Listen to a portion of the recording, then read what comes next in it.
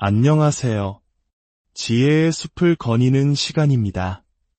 우리는 매일 수많은 정보의 파도 속에서, 치열한 경쟁 속에서, 그리고 알 수 없는 미래에 대한 불안감 속에서 살아가고 있습니다. 때로는 간절히 원했던 직장에 들어가지 못해 좌절하고, 예상치 못한 질병으로 고통받기도 하며, 사랑하는 가족에게 닥친 불행이나 믿었던 친구의 배신의 마음이 무너져 내리기도 합니다. 이처럼 혼자서는 감당하기 힘든 시련이 찾아왔을 때 우리는 심리학이나 의학 혹은 여러 자기계발서에서 답을 찾아보려 하지만 이미 마음이 지쳐있을 때는 그 어떤 조언도 공허하게만 들릴 때가 많습니다. 오늘 우리는 2500년의 세월을 뛰어넘어 여전히 우리 삶의 근원적인 질문에 깊은 울림을 주는 부처님의 지혜, 법구경의 가르침 속으로 여행을 떠나보고자 합니다. 법구경은 번뇌로 고통받는 이들에게 과거에 대한 후회나 미래에 대한 불안이 아닌 오직 현재 이 순간에 집중하며 살아갈 것을 이야기합니다. 이 지혜의 여정을 시작하기에 앞서 잠시 시간을 내어 구독과 좋아요를 눌러주신다면 이 가르침이 더 많은 분들에게 닿는 소중한 인연을 맺게 됩니다. 여러분의 선한 마음이 널리 퍼져나가길 기원하며 오늘의 이야기를 시작하겠습니다. 첫 번째 이야기, 모든 것은 변한다는 진리. 무상에 대하여 누군가 세상을 떠났다고 해서 허무한 일이고 아름답던 꽃잎이 떨어졌다고 해서 슬픈 일일까요? 반대로 새로운 생명이 태어나면 무조건 기쁜 일이고 꽃이 활짝 피면 마냥 좋은 일이기만 할까요? 부처님의 가르침에 따르면 꽃잎이 떨어지는 것도 생명이 태어나는 것도 그저 자연스러운 현상일 뿐 본질적으로 슬프거나 기쁜 일은 아닙니다. 꽃잎이 지는 것만이 무상이 아니라 그토록 아름답게 피어나는 것 또한 무상입니다. 한 사람이 늙고 병들어 죽는 것만이 무상이 아니라 예쁜 아기가 무럭무럭 건강하게 자라는 것 또한 무상입니다. 우리의 육신이 태어나고 늙고 병들고 죽음을 맞이하는 것, 꽃이 피고 지는 이 모든 현상은 그 무엇도 영원하지 않다는 솔직하고 담백한 진리, 무상을 보여줍니다. 그런데 우리의 육신보다 훨씬 더 극명하게 무상을 보여주는 것이 있습니다.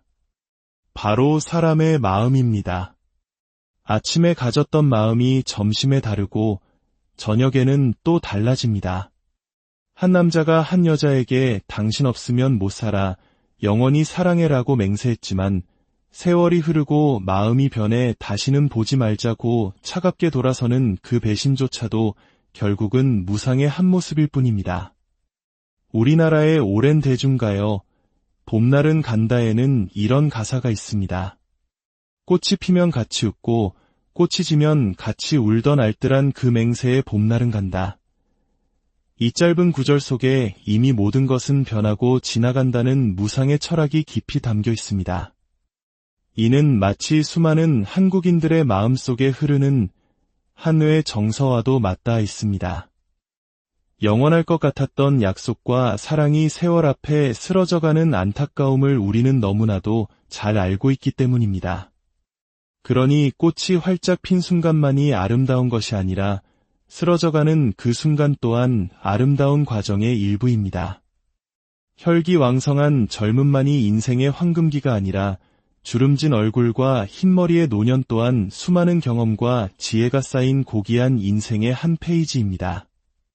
누군가 나를 열렬히 사랑하는 것도 증오하는 것도 결국은 모두 지나가는 바람과 같습니다. 그저 있는 그대로 담담하게 현실을 바라보십시오. 그렇다면 우리가 지금 손에 쥐고 있는 것들은 어떨까요? 힘들게 모은 재물, 노력해서 얻은 명예, 이 모든 것 역시 주변 사람들의 도움으로 잠시 얻어진 것이며 언젠가는 모두 내려놓고 떠나야 할 것들입니다. 그러니 영원히 살 것처럼 착각하여 끝없는 욕심을 부리지 말라는 경고가 바로 무상 법문인 것입니다. 중국 당나라 시대의 고사 한단지몽을 아십니까? 한 가난한 선비 노생이 주막에서 잠시 목침을 베고 잠이 들었는데 그 짧은 꿈속에서 과거에 급제하고 재상이 되어 온갖 부귀영화를 누리다가 모함을 받아 귀양을 가고 다시 복권되어 80세까지 파란만장한 인생을 살다 죽음을 맞이합니다. 그리고 깜짝 놀라 꿈에서 깨어보니 주막 주인이 이제 막 밥을 다 지었다며 그를 깨우고 있었습니다. 80년의 인생이 고작 밥 짓는 시간 동안의 한바탕 꿈이었다는 이 이야기는 우리 인생이 얼마나 덧없는지를 상징적으로 보여줍니다. 우리나라의 고전소설 구운몽 또한 이와 비슷한 주제를 담고 있죠. 인생이란 이처럼 한순간 번쩍이는 번갯불 같고 아침 풀잎에 잠시 머물다 사라지는 이슬 같으며 파도가 칠 때 생겨나는 물거품과도 같습니다. 이 세상을 물거품처럼 여기고 아지랑이처럼 바라보십시오. 이 무상의 진리를 깊이 깨달을 때 우리는 비로소 작은 것에 연연하지 않고 자유로워질 수 있습니다. 두 번째 이야기, 행복과 불행은 종이 한 장 차이. 옛날 어느 마을에 울보 할머니가 살고 있었습니다. 할머니는 해가 쨍쨍한 날에도 비가 오는 날에도 늘 마을 어귀에 앉아 울고 있었습니다. 이를 기이하게 여긴 한 나그네가 할머니에게 물었습니다. 할머니, 어찌하여 맑은 날에도 우시고 궂은 날에도 우십니까? 할머니는 눈물을 닦으며 대답했습니다. 내게는 딸이 둘 있는데 큰 딸은 집신 장수에게 시집을 갔고 작은 딸은 우산 장수에게 시집을 갔다오. 그래서 해가 쨍쨍하면 우산을 팔지 못할 작은 딸이 걱정되어 울고 비가 오면 집신이 팔리지 않을 큰딸이 걱정되어 이렇게 우는 것이라오. 이야기를 들은 나그네가 웃으며 말했습니다.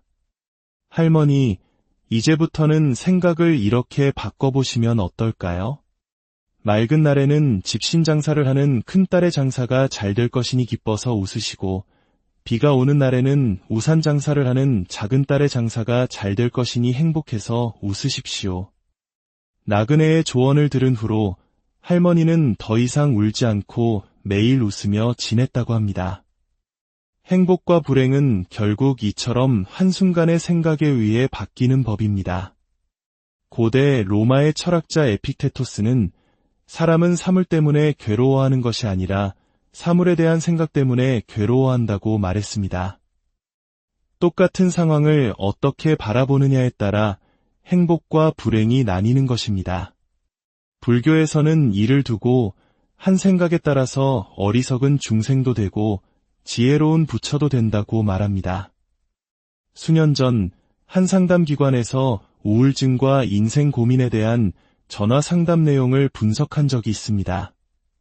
놀랍게도 그 결과는 이러했습니다. 40%는 결코 일어나지 않을 일에 대한 걱정, 30%는 이미 지나가 돌이킬 수 없는 과거에 대한 걱정, 12%는 막연히 질병에 걸리지 않을까 하는 걱정, 10%는 자녀나 친구들에 대한 걱정이었습니다. 실제로 해결해야 할 현실 문제에 대한 걱정은 겨우 8%에 불과했습니다.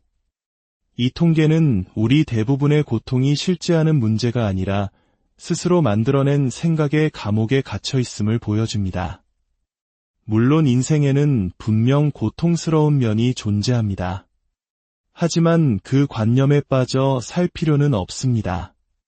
자기 생각이 만들어낸 번뇌 때문에 스스로 무너져서는 안 됩니다. 행복은 우리가 원하기만 한다면 바로 지금 이 자리에서 우리를 기다리고 있습니다. 세 번째 이야기, 번뇌가 없으면 화도 사라진다. 인생은 결코 호락호락하지 않습니다. 즐거운 일보다는 힘들고 고된 일이 더 많을지도 모릅니다. 특히 삶의 어려움 가운데 가장 큰 부분을 차지하는 것이 바로 사람과의 관계입니다. 부처님의 10대 제자 중 지혜가 가장 뛰어나다고 알려진 사리불 존자에 대한 일화가 있습니다. 어느 마을 사람들이 모여 부처님 제자 가운데 누가 가장 훌륭한가를 두고 이야기를 나누고 있었습니다. 많은 사람들이 사리불 존자의 자비심과 덕행을 칭찬하자 한 남자가 비아냥거리며 말했습니다. 사리불 스님이 아무리 훌륭한들 사람인데 어찌 화를 내지 않겠소? 내가 그가 정말 화를 내지 않는지 시험해보겠소. 마침 사리불 존자가 탁발을 하며 지나가자 그 남자는 다가가 다짜고짜 그의 등짝을 세게 후려쳤습니다. 하지만 사리불 존자는 잠시 뒤를 돌아볼 뿐 아무렇지도 않은 듯 태연하게 자신의 길을 걸어갔습니다. 자신의 행동에 놀란 남자는 존자에게 달려가 무릎을 꿇고 용서를 빌었습니다. 존자님, 저를 용서해 주십시오. 제가 존자님의 인내심을 시험하고자 무례를 저질렀습니다. 사리불 존자는 온화하게 말했습니다. 아까 나를 친 일이요? 괜찮습니다. 그때 이 광경을 지켜보던 마을 사람들이 몰려와 그 남자를 돌과 몽둥이로 치료했습니다. 사태의 심각성을 파악한 사리불 존자는 그 남자에게 자신의 바로, 즉 밥그릇을 들고 있으라고 했습니다. 고대 인도에서는 스님의 바로를 들고 있는 사람은 때리지 못하는 관습이 있었기 때문입니다. 그리고는 성난 군중을 향해 말했습니다. 여러분, 저 사람은 나를 때린 것이지 여러분을 때린 것이 아닙니다. 그리고 나는 이미 그를 용서했습니다. 그러니 모두 흩어져 주십시오. 이야기를 들으신 부처님께서는 가장 위대하고 용감한 것은 인욕, 즉 참고 용서하는 것이다. 사리불 존자는 수행의 높은 경지에 올라 마음속에 화나는 마음이 완전히 사라졌기 때문에 화를 내지 않은 것이다. 라고 말씀하셨습니다. 직장에서, 가정에서, 사회에서 어찌 모든 인간관계가 내 마음대로 되겠습니까? 때로는 참고 견디는 시간이 필요합니다. 기억하십시오. 나만 참고 있는 것이 아니라 상대방도 나를 참고 견디고 있을지 모릅니다. 서로를 향한 인내와 이해가 바로 관계의 지혜입니다. 네 번째 이야기, 욕심은 스스로 부른 재앙이다. 어느 날 도둑들이 한 부잣집의 황금꾸러미를 훔쳐 달아났습니다. 훔친 물건을 나누던 중 한 도둑이 실수로 황금꾸러미 하나를 밭에 떨어뜨리고 말았습니다. 다음 날 아침 밭주인인 농부는 밭 한가운데서 빛나는 황금꾸러미를 발견했습니다. 마침 그 밭을 지나던 부처님께서 제자 아난에게 말씀하셨습니다. 아난아, 저기 독이 가득 찬 뱀이 있구나. 농부는 스님들의 대화를 이상하게 여겼지만 황금의 눈이 멀어 꾸러미를 몰래 감추었습니다. 잠시 후 황금을 잃어버린 것을 깨달은 도둑이 밭으로 돌아와 농부를 윽박지르기 시작했습니다. 농부가 시치미를 떼자 도둑은 그를 왕에게 끌고 가 고발했고 농부는 억울하게 사형을 선고받았습니다. 결국 농부는 부처님을 증인으로 내세웠고 부처님의 증언 덕분에 목숨을 건질 수 있었습니다. 부처님은 풀려난 농부에게 이렇게 말씀하셨습니다.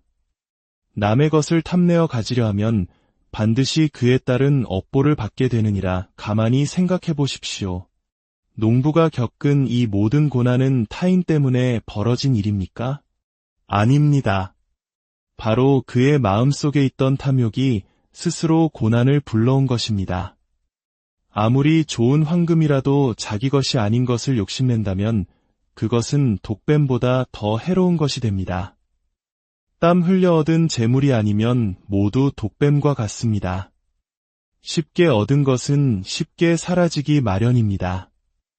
한탕주의에 빠져 인생의 역전을 꿈꾸는 것은 어리석은 일입니다. 콩 심은 데 콩나고 팥 심은 데 팥나는 법입니다. 내 마음밭에 선의 씨앗을 뿌릴 것인가, 악의 씨앗을 뿌릴 것인가. 그 선택은 오직 자기 자신에게 달려 있습니다.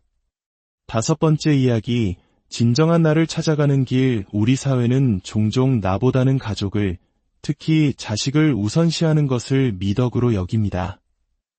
많은 어머니들이 절이나 교회에 가서 오직 남편과 자식들의 안녕만을 위해 기도합니다. 하지만 한번 생각해 보십시오. 비행기에서 비상 상황이 발생하면 부모가 먼저 산소 마스크를 쓴 후에 아이를 챙겨야 한다고 배웁니다. 내가 먼저 살아야 남도 도울 수 있기 때문입니다. 자신을 위한 기도를 먼저 해야 합니다. 이것은 이기적인 것이 아닙니다. 내가 먼저 건강하고 행복해야, 내 안에 긍정적인 에너지가 가득해야 비로소 가족과 주변 사람들에게 진정한 사랑과 행복을 나누어 줄 수 있습니다. 남편과 아이들이 내 삶의 전부라고 생각하며 헌신했지만 돌아오는 보상이 없다고 느껴질 때 우리는 쉽게 번아웃, 즉 소진 상태에 빠지고 맙니다. 어느 누구도 당신의 인생을 대신 살아주지 않습니다. 먼저 자기 자신부터 챙기십시오.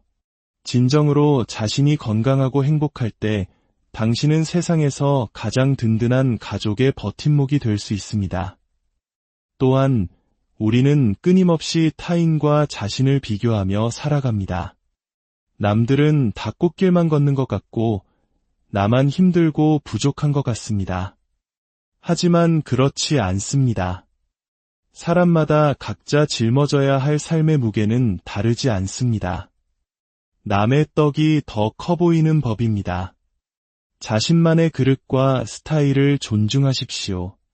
내가 파란색이라면 굳이 다른 사람의 붉은색을 따라 할 필요가 없습니다. 파란색은 파란색 나름대로 세상에서 가장 멋지고 훌륭한 색입니다. 법정 스님께서는 우리의 얼굴을 어뢰의 꼴, 즉 정신세계가 형태로 드러난 것이라고 하셨습니다. 사람마다 얼굴이 다른 것은 저마다 살아온 삶의 궤적, 즉 업이 다르기 때문입니다. 우리는 어머니에게서 물려받은 얼굴을 바탕으로 스스로 자기 인생의 조각가가 되어 자신만의 얼굴을 만들어가는 존재입니다. 사랑을 하면 예뻐진다는 노랫말처럼 마음속에 사랑과 자비, 선한 마음을 품을 때 우리의 얼굴은 그 어떤 화장품보다 더 밝고 아름답게 빛나게 됩니다. 오늘 우리는 부처님의 지혜를 통해 삶의 파도를 헤쳐나가는 법을 잠시 엿보았습니다. 모든 것은 변하고 행복과 불행은 내 마음먹기에 달렸으며 타인과의 관계에서는 인내와 용서가 필요하고 헛된 욕심을 버리고 나 자신을 먼저 사랑해야 한다는 가르침이었습니다. 이 가르침들이 결코 멀리 있는 것이 아니라 바로 오늘 우리가 겪는 일상의 문제들과 깊이 연결되어 있음을 느끼셨기를 바랍니다.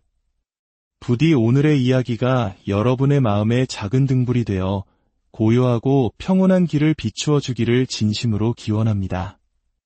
여러분의 매일이 맑고 향기롭기를 바랍니다. 안녕하세요. 지혜의 숲을 거니는 시간입니다. 우리는 매일 수많은 정보의 파도 속에서, 치열한 경쟁 속에서, 그리고 알 수 없는 미래에 대한 불안감 속에서 살아가고 있습니다. 때로는 간절히 원했던 직장에 들어가지 못해 좌절하고 예상치 못한 질병으로 고통받기도 하며 사랑하는 가족에게 닥친 불행이나 믿었던 친구의 배신의 마음이 무너져 내리기도 합니다. 이처럼 혼자서는 감당하기 힘든 시련이 찾아왔을 때 우리는 심리학이나 의학 혹은 여러 자기계발서에서 답을 찾아보려 하지만 이미 마음이 지쳐있을 때는 그 어떤 조언도 공허하게만 들릴 때가 많습니다. 오늘 우리는 2500년의 세월을 뛰어넘어 여전히 우리 삶의 근원적인 질문에 깊은 울림을 주는 부처님의 지혜, 법구경의 가르침 속으로 여행을 떠나보고자 합니다. 법구경은 번뇌로 고통받는 이들에게 과거에 대한 후회나 미래에 대한 불안이 아닌 오직 현재 이 순간에 집중하며 살아갈 것을 이야기합니다. 이 지혜의 여정을 시작하기에 앞서 잠시 시간을 내어 구독과 좋아요를 눌러주신다면 이 가르침이 더 많은 분들에게 닿는 소중한 인연을 맺게 됩니다. 여러분의 선한 마음이 널리 퍼져나가길 기원하며 오늘의 이야기를 시작하겠습니다. 첫 번째 이야기, 모든 것은 변한다는 진리. 무상에 대하여 누군가 세상을 떠났다고 해서 허무한 일이고 아름답던 꽃잎이 떨어졌다고 해서 슬픈 일일까요? 반대로 새로운 생명이 태어나면 무조건 기쁜 일이고 꽃이 활짝 피면 마냥 좋은 일이기만 할까요? 부처님의 가르침에 따르면 꽃잎이 떨어지는 것도 생명이 태어나는 것도 그저 자연스러운 현상일 뿐 본질적으로 슬프거나 기쁜 일은 아닙니다. 꽃잎이 지는 것만이 무상이 아니라 그토록 아름답게 피어나는 것 또한 무상입니다. 한 사람이 늙고 병들어 죽는 것만이 무상이 아니라 예쁜 아기가 무럭무럭 건강하게 자라는 것 또한 무상입니다. 우리의 육신이 태어나고 늙고 병들고 죽음을 맞이하는 것, 꽃이 피고 지는 이 모든 현상은 그 무엇도 영원하지 않다는 솔직하고 담백한 진리, 무상을 보여줍니다. 그런데 우리의 육신보다 훨씬 더 극명하게 무상을 보여주는 것이 있습니다. 바로 사람의 마음입니다. 아침에 가졌던 마음이 점심에 다르고 저녁에는 또 달라집니다. 한 남자가 한 여자에게 당신 없으면 못 살아, 영원히 사랑해라고 맹세했지만 세월이 흐르고 마음이 변해 다시는 보지 말자고 차갑게 돌아서는 그 배신조차도 결국은 무상의 한 모습일 뿐입니다. 우리나라의 오랜 대중가요 봄날은 간다에는 이런 가사가 있습니다. 꽃이 피면 같이 웃고 꽃이 지면 같이 울던 알뜰한 그 맹세의 봄날은 간다. 이 짧은 구절 속에 이미 모든 것은 변하고 지나간다는 무상의 철학이 깊이 담겨 있습니다. 이는 마치 수많은 한국인들의 마음속에 흐르는 한회의 정서와도 맞닿아 있습니다. 영원할 것 같았던 약속과 사랑이 세월 앞에 쓰러져가는 안타까움을 우리는 너무나도 잘 알고 있기 때문입니다. 그러니 꽃이 활짝 핀 순간만이 아름다운 것이 아니라 쓰러져가는 그 순간 또한 아름다운 과정의 일부입니다. 혈기왕성한 젊음만이 인생의 황금기가 아니라 주름진 얼굴과 흰머리의 노년 또한 수많은 경험과 지혜가 쌓인 고귀한 인생의 한 페이지입니다. 누군가 나를 열렬히 사랑하는 것도 증오하는 것도 결국은 모두 지나가는 바람과 같습니다. 그저 있는 그대로 담담하게 현실을 바라보십시오. 그렇다면 우리가 지금 손에 쥐고 있는 것들은 어떨까요? 힘들게 모은 재물, 노력해서 얻은 명예, 이 모든 것 역시 주변 사람들의 도움으로 잠시 얻어진 것이며 언젠가는 모두 내려놓고 떠나야 할 것들입니다. 그러니 영원히 살 것처럼 착각하여 끝없는 욕심을 부리지 말라는 경고가 바로 무상 법문인 것입니다. 중국 당나라 시대의 고사 한단지몽을 아십니까? 한 가난한 선비노생이 주막에서 잠시 목침을 베고 잠이 들었는데 그 짧은 꿈속에서 과거에 급제하고 재상이 되어 온갖 부귀영화를 누리다가 모함을 받아 귀양을 가고 다시 복권되어 80세까지 파란만장한 인생을 살다 죽음을 맞이합니다. 그리고 깜짝 놀라 꿈에서 깨어보니 주막 주인이 이제 막 밥을 다 지었다며 그를 깨우고 있었습니다. 80년의 인생이 고작 밥 짓는 시간 동안의 한바탕 꿈이었다는 이 이야기는 우리 인생이 얼마나 덧없는지를 상징적으로 보여줍니다. 우리나라의 고전소설 구운몽 또한 이와 비슷한 주제를 담고 있죠.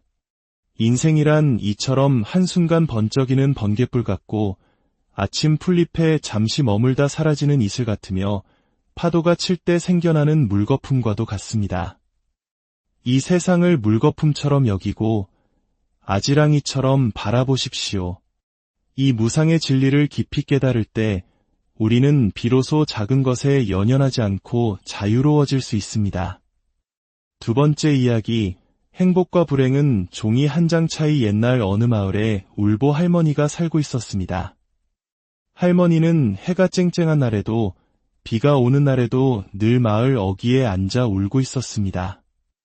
이를 기이하게 여긴 한 나그네가 할머니에게 물었습니다. 할머니, 어찌하여 맑은 날에도 우시고 굳은 날에도 우십니까? 할머니는 눈물을 닦으며 대답했습니다. 내게는 딸이 둘 있는데 큰 딸은 집신 장수에게 시집을 갔고 작은 딸은 우산 장수에게 시집을 갔다오. 그래서 해가 쨍쨍하면 우산을 팔지 못할 작은 딸이 걱정되어 울고 비가 오면 집신이 팔리지 않을 큰딸이 걱정되어 이렇게 우는 것이라오. 이야기를 들은 나그네가 웃으며 말했습니다. 할머니, 이제부터는 생각을 이렇게 바꿔보시면 어떨까요? 맑은 날에는 집신 장사를 하는 큰딸의 장사가 잘 될 것이니 기뻐서 웃으시고, 비가 오는 날에는 우산 장사를 하는 작은딸의 장사가 잘 될 것이니 행복해서 웃으십시오. 나그네의 조언을 들은 후로 할머니는 더 이상 울지 않고 매일 웃으며 지냈다고 합니다. 행복과 불행은 결국 이처럼 한순간의 생각에 의해 바뀌는 법입니다. 고대 로마의 철학자 에픽테토스는 사람은 사물 때문에 괴로워하는 것이 아니라 사물에 대한 생각 때문에 괴로워한다고 말했습니다. 똑같은 상황을 어떻게 바라보느냐에 따라 행복과 불행이 나뉘는 것입니다. 불교에서는 이를 두고 한 생각에 따라서 어리석은 중생도 되고 지혜로운 부처도 된다고 말합니다. 수년 전 한 상담기관에서 우울증과 인생 고민에 대한 전화 상담 내용을 분석한 적이 있습니다. 놀랍게도 그 결과는 이러했습니다. 40%는 결코 일어나지 않을 일에 대한 걱정, 30%는 이미 지나가 돌이킬 수 없는 과거에 대한 걱정, 12%는 막연히 질병에 걸리지 않을까 하는 걱정, 10%는 자녀나 친구들에 대한 걱정이었습니다. 실제로 해결해야 할 현실 문제에 대한 걱정은 겨우 8%에 불과했습니다. 이 통계는 우리 대부분의 고통이 실제하는 문제가 아니라 스스로 만들어낸 생각의 감옥에 갇혀 있음을 보여줍니다. 물론 인생에는 분명 고통스러운 면이 존재합니다. 하지만 그 관념에 빠져 살 필요는 없습니다. 자기 생각이 만들어낸 번뇌 때문에 스스로 무너져서는 안 됩니다. 행복은 우리가 원하기만 한다면 바로 지금 이 자리에서 우리를 기다리고 있습니다. 세 번째 이야기, 번뇌가 없으면 화도 사라진다. 인생은 결코 호락호락하지 않습니다. 즐거운 일보다는 힘들고 고된 일이 더 많을지도 모릅니다. 특히 삶의 어려움 가운데 가장 큰 부분을 차지하는 것이 바로 사람과의 관계입니다. 부처님의 10대 제자 중 지혜가 가장 뛰어나다고 알려진 사리불 존자에 대한 일화가 있습니다. 어느 마을 사람들이 모여 부처님 제자 가운데 누가 가장 훌륭한가를 두고 이야기를 나누고 있었습니다. 많은 사람들이 사리불 존자의 자비심과 덕행을 칭찬하자 한 남자가 비아냥거리며 말했습니다. 사리불 스님이 아무리 훌륭한들 사람인데 어찌 화를 내지 않겠소? 내가 그가 정말 화를 내지 않는지 시험해보겠소. 마침 사리불 존자가 탁발을 하며 지나가자 그 남자는 다가가 다짜고짜 그의 등짝을 세게 후려쳤습니다. 하지만 사리불 존자는 잠시 뒤를 돌아볼 뿐 아무렇지도 않은 듯 태연하게 자신의 길을 걸어갔습니다. 자신의 행동에 놀란 남자는 존자에게 달려가 무릎을 꿇고 용서를 빌었습니다. 존자님, 저를 용서해 주십시오. 제가 존자님의 인내심을 시험하고자 무례를 저질렀습니다. 사리불 존자는 온화하게 말했습니다. 아까 나를 친 일이요? 괜찮습니다. 그때 이 광경을 지켜보던 마을 사람들이 몰려와 그 남자를 돌과 몽둥이로 치료했습니다. 사태의 심각성을 파악한 사리불 존자는 그 남자에게 자신의 바로, 즉 밥그릇을 들고 있으라고 했습니다. 고대 인도에서는 스님의 바로를 들고 있는 사람은 때리지 못하는 관습이 있었기 때문입니다. 그리고는 성난 군중을 향해 말했습니다. 여러분, 저 사람은 나를 때린 것이지 여러분을 때린 것이 아닙니다. 그리고 나는 이미 그를 용서했습니다. 그러니 모두 흩어져 주십시오. 이야기를 들으신 부처님께서는 가장 위대하고 용감한 것은 인욕, 즉 참고 용서하는 것이다. 사리불 존자는 수행의 높은 경지에 올라 마음속에 화나는 마음이 완전히 사라졌기 때문에 화를 내지 않은 것이다. 라고 말씀하셨습니다.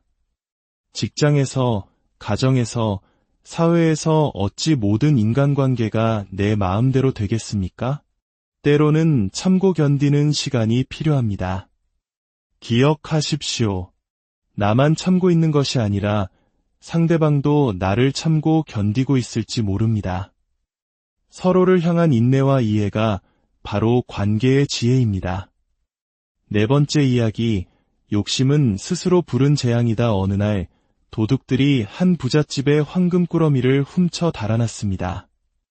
훔친 물건을 나누던 중 한 도둑이 실수로 황금꾸러미 하나를 밭에 떨어뜨리고 말았습니다. 다음 날 아침 밭주인인 농부는 밭 한가운데서 빛나는 황금꾸러미를 발견했습니다. 마침 그 밭을 지나던 부처님께서 제자 아난에게 말씀하셨습니다. 아난아, 저기 독이 가득 찬 뱀이 있구나. 농부는 스님들의 대화를 이상하게 여겼지만 황금의 눈이 멀어 꾸러미를 몰래 감추었습니다. 잠시 후 황금을 잃어버린 것을 깨달은 도둑이 밭으로 돌아와 농부를 윽박지르기 시작했습니다. 농부가 시치미를 떼자 도둑은 그를 왕에게 끌고 가 고발했고 농부는 억울하게 사형을 선고받았습니다. 결국 농부는 부처님을 증인으로 내세웠고 부처님의 증언 덕분에 목숨을 건질 수 있었습니다. 부처님은 풀려난 농부에게 이렇게 말씀하셨습니다. 남의 것을 탐내어 가지려 하면 반드시 그에 따른 업보를 받게 되느니라. 가만히 생각해 보십시오. 농부가 겪은 이 모든 고난은 타인 때문에 벌어진 일입니까? 아닙니다. 바로 그의 마음속에 있던 탐욕이 스스로 고난을 불러온 것입니다. 아무리 좋은 황금이라도 자기 것이 아닌 것을 욕심낸다면 그것은 독뱀보다 더 해로운 것이 됩니다.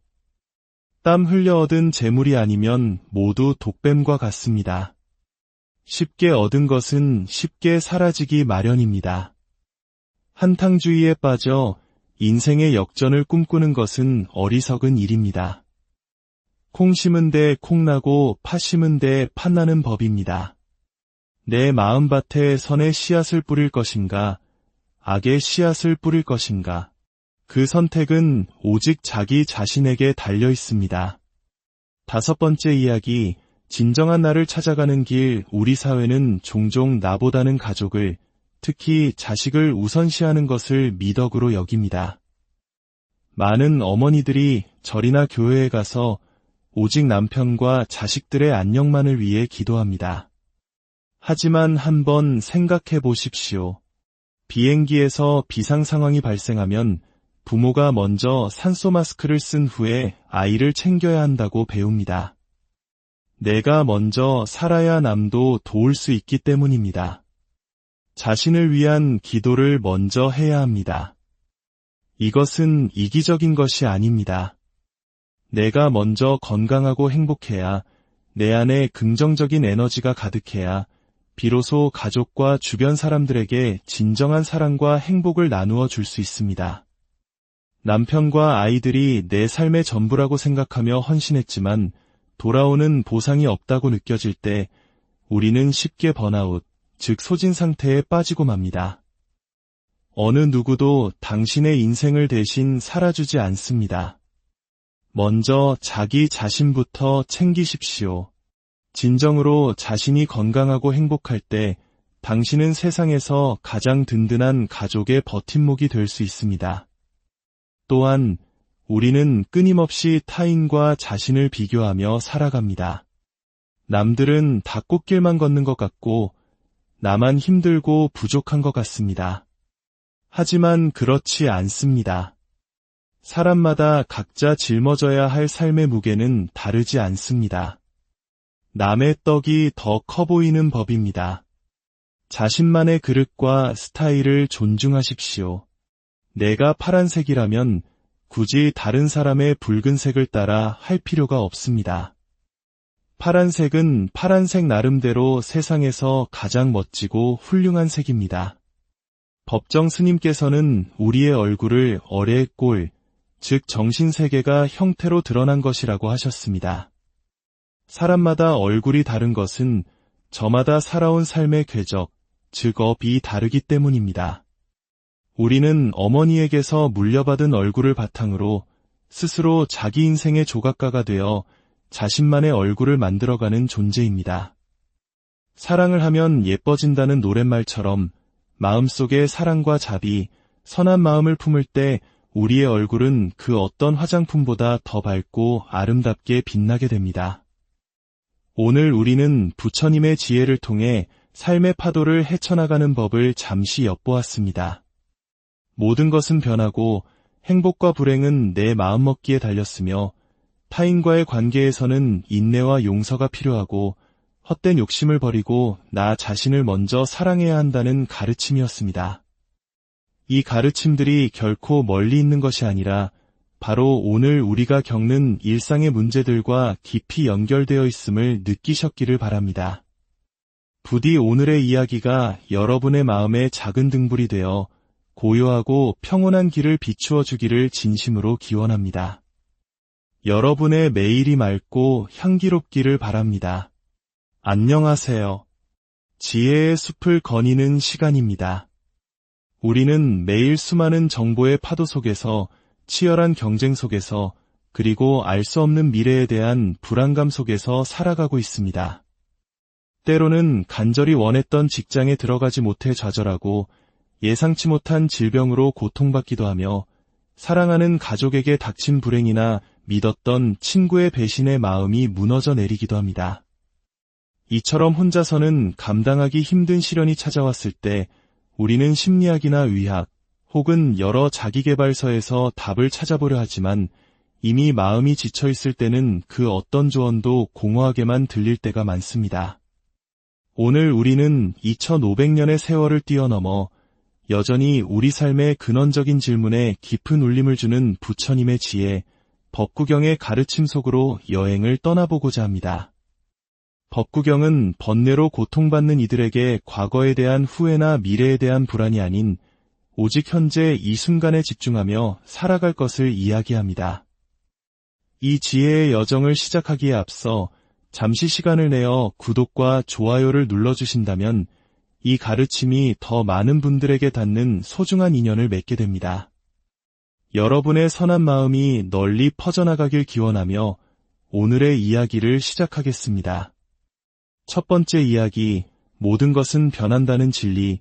무상에 대하여 누군가 세상을 떠났다고 해서 허무한 일이고 아름답던 꽃잎이 떨어졌다고 해서 슬픈 일일까요?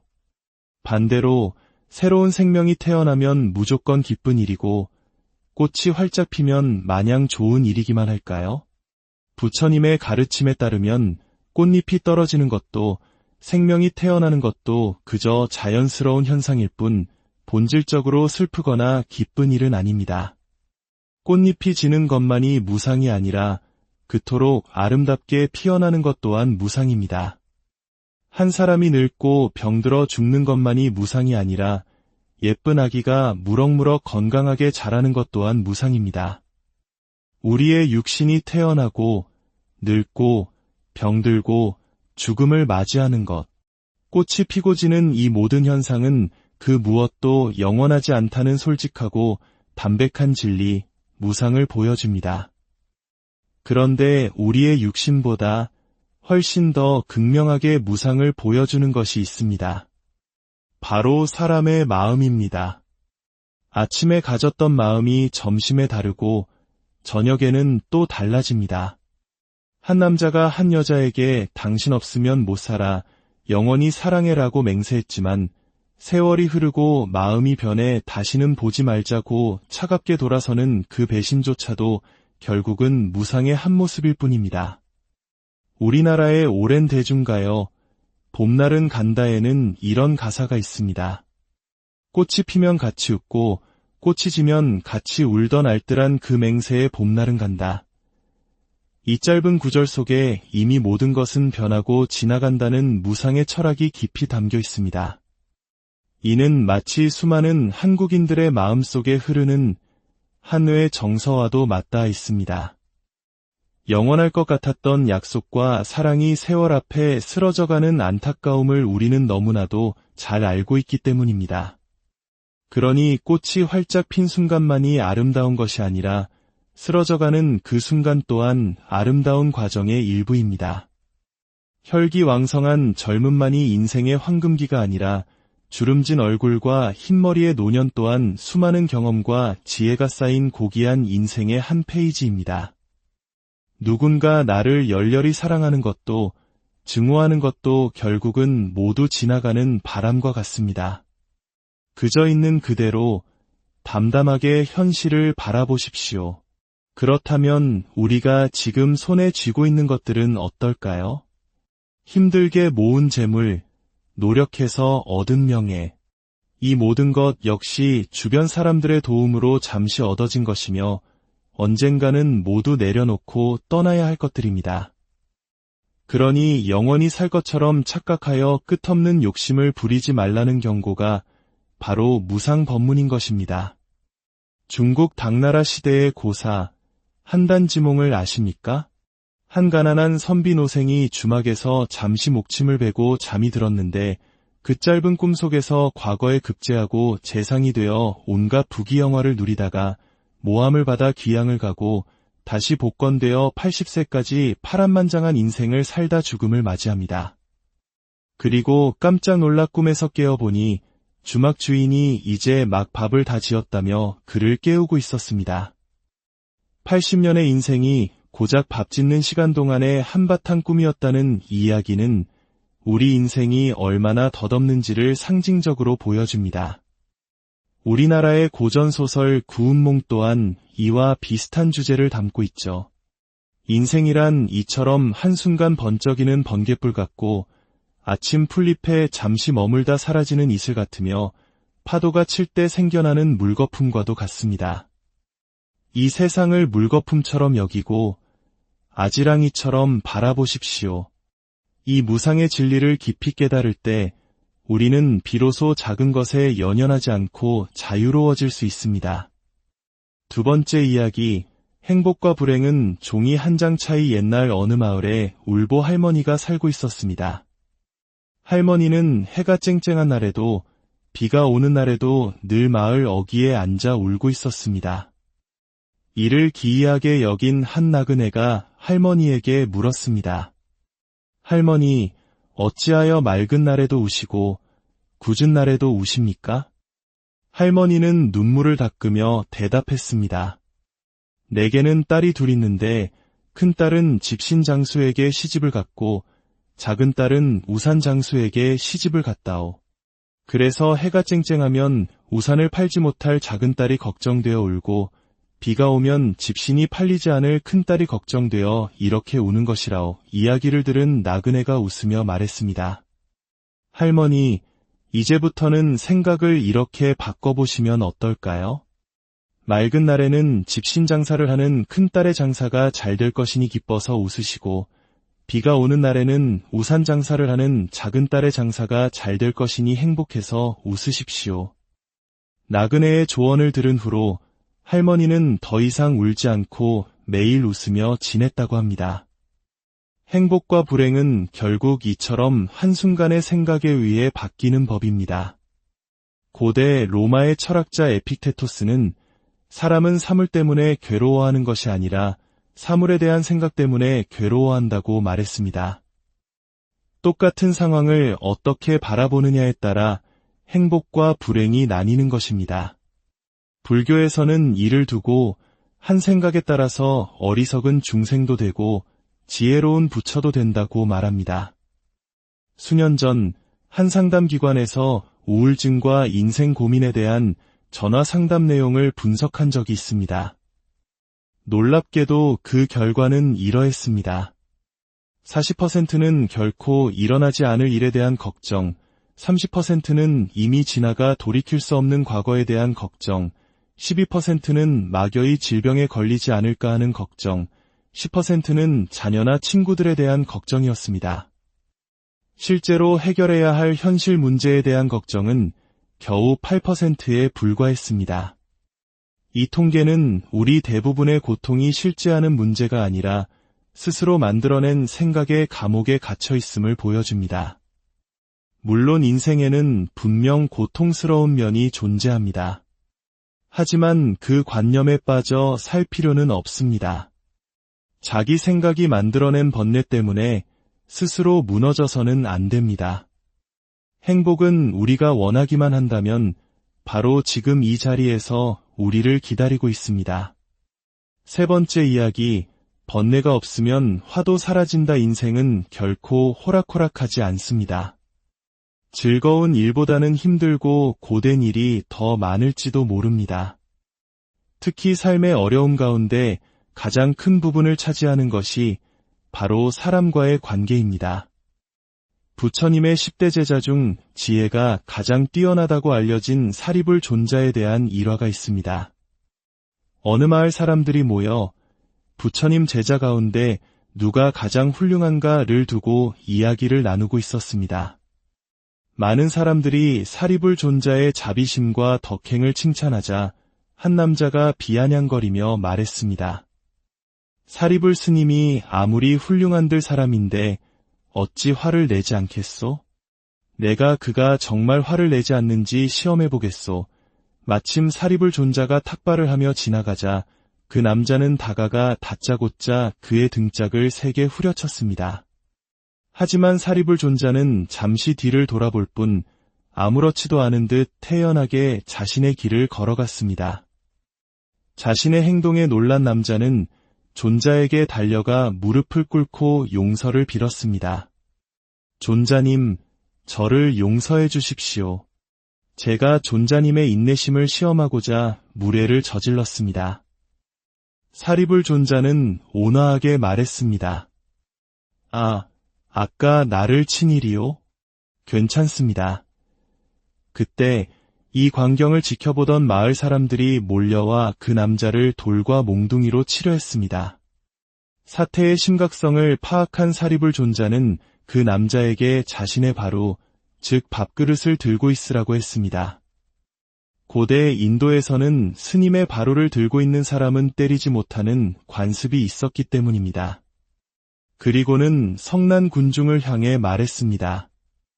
여러분, 저 사람은 나를 때린 것이지 여러분을 때린 것이 아닙니다. 그리고 나는 이미 그를 용서했습니다.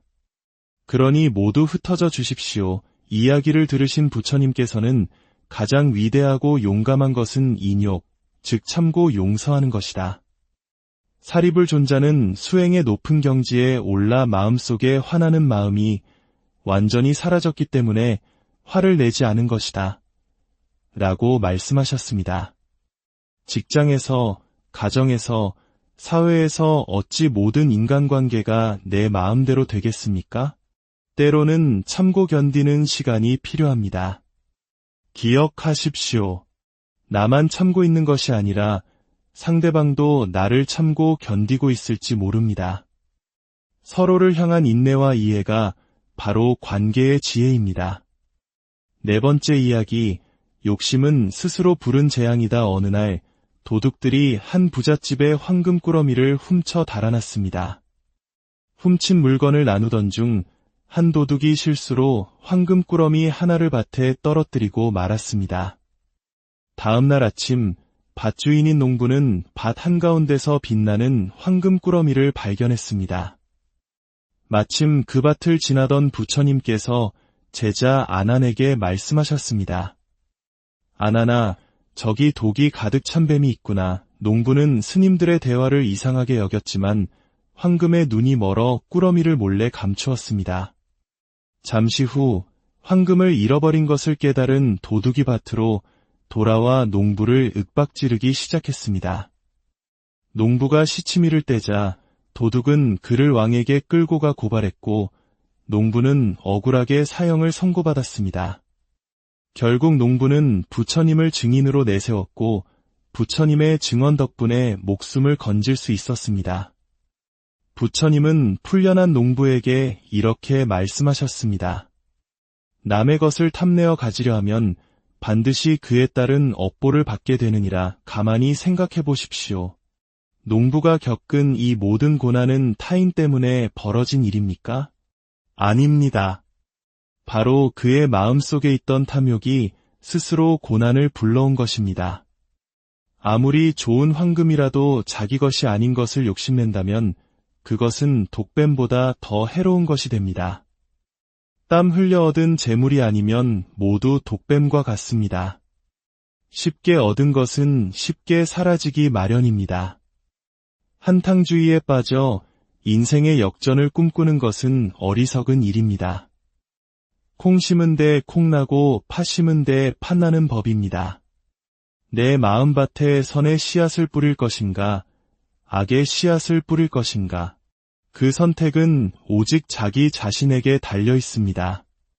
5번째 이야기, 진정한 나를 찾아가는 길. 우리 사회는 종종 나보다는 가족을, 특히 자식을 우선시하는 것을 미덕으로 여깁니다. 많은 어머니들이 절이나 교회에 가서 오직 남편과 자식들의 안녕만을 위해 기도합니다. 하지만 한번 생각해 보십시오. 비행기에서 비상 상황이 발생하면 부모가 먼저 산소 마스크를 쓴 후에 아이를 챙겨야 한다고 배웁니다.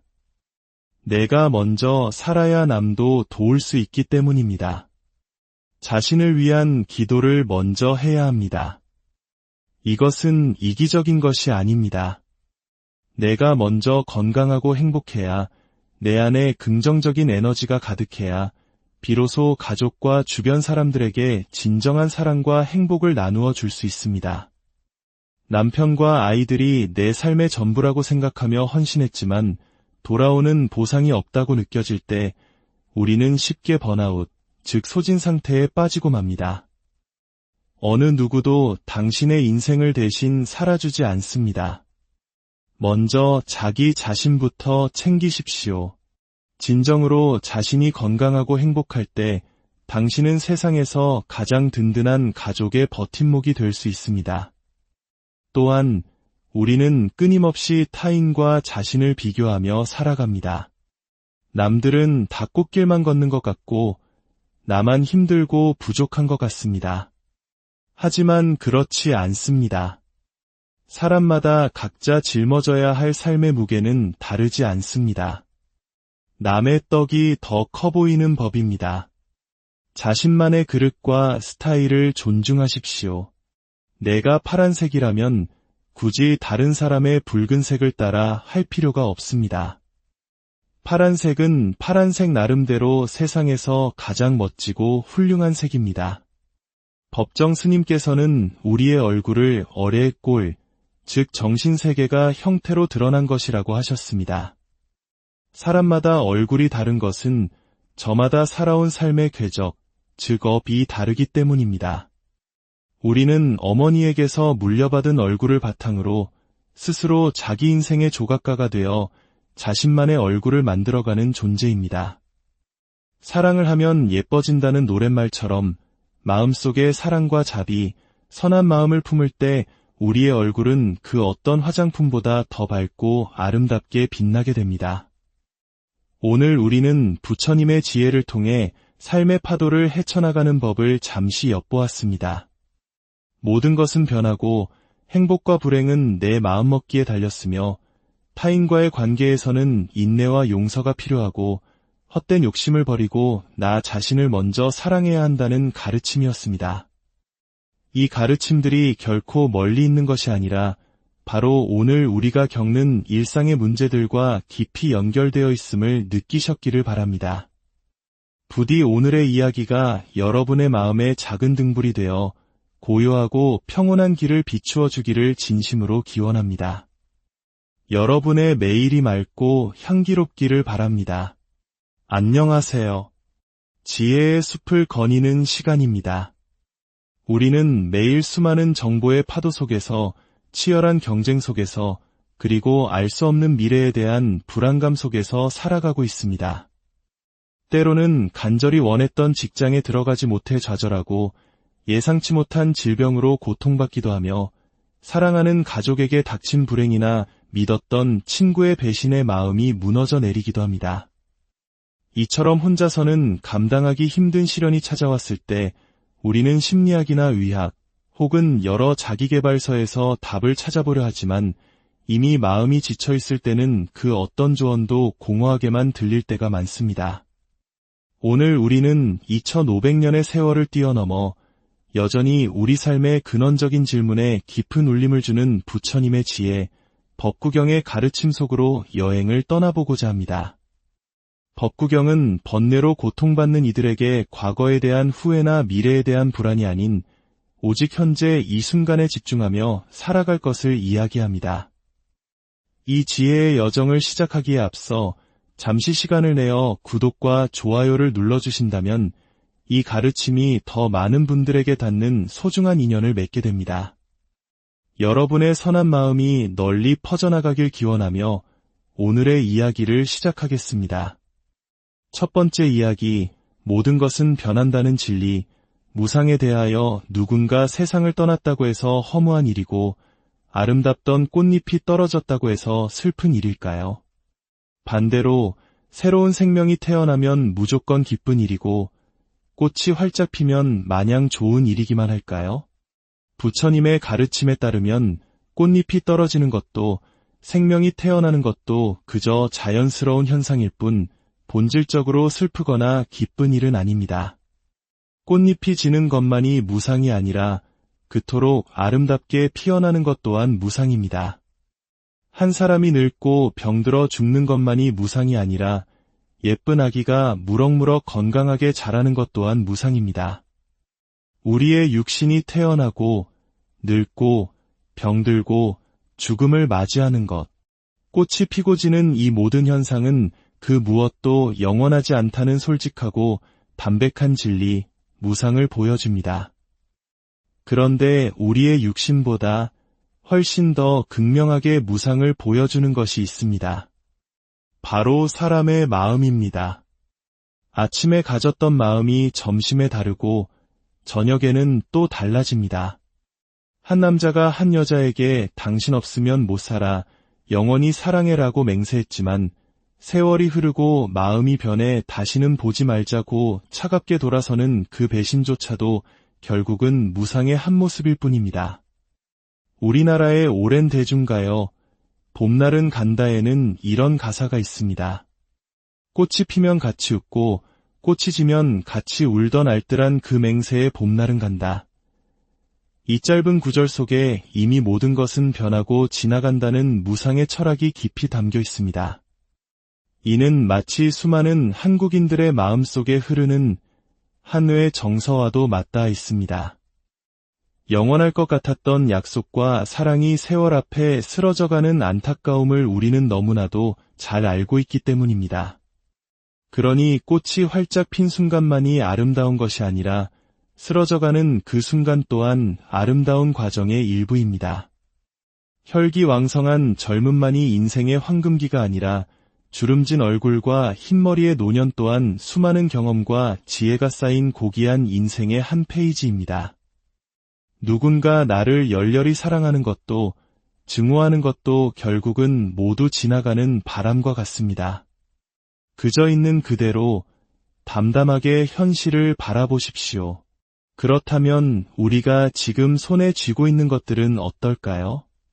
힘들게 모은 재물, 노력해서 얻은 명예, 이 모든 것 역시 주변 사람들의 도움으로 잠시 얻어진 것이며 언젠가는 모두 내려놓고 떠나야 할 것들입니다. 그러니 영원히 살 것처럼 착각하여 끝없는 욕심을 부리지 말라는 경고가 바로 무상 법문인 것입니다. 중국 당나라 시대의 고사 한단지몽을 아십니까? 한 가난한 선비노생이 주막에서 잠시 목침을 베고 잠이 들었는데 그 짧은 꿈속에서 과거에 급제하고 재상이 되어 온갖 부귀영화를 누리다가 모함을 받아 귀양을 가고 다시 복권되어 80세까지 파란만장한 인생을 살다 죽음을 맞이합니다. 그리고 깜짝 놀라 꿈에서 깨어보니 주막 주인이 이제 막 밥을 다 지었다며 그를 깨우고 있었습니다. 80년의 인생이 고작 밥 짓는 시간 동안의 한바탕 꿈이었다는 이 이야기는 우리 인생이 얼마나 덧없는지를 상징적으로 보여줍니다. 우리나라의 고전소설 구운몽 또한 이와 비슷한 주제를 담고 있죠. 인생이란 이처럼 한순간 번쩍이는 번갯불 같고 아침 풀잎에 잠시 머물다 사라지는 이슬 같으며 파도가 칠 때 생겨나는 물거품과도 같습니다. 이 세상을 물거품처럼 여기고 아지랑이처럼 바라보십시오. 이 무상의 진리를 깊이 깨달을 때 우리는 비로소 작은 것에 연연하지 않고 자유로워질 수 있습니다. 두 번째 이야기, 행복과 불행은 종이 한 장 차이. 옛날 어느 마을에 울보 할머니가 살고 있었습니다. 할머니는 해가 쨍쨍한 날에도 비가 오는 날에도 늘 마을 어귀에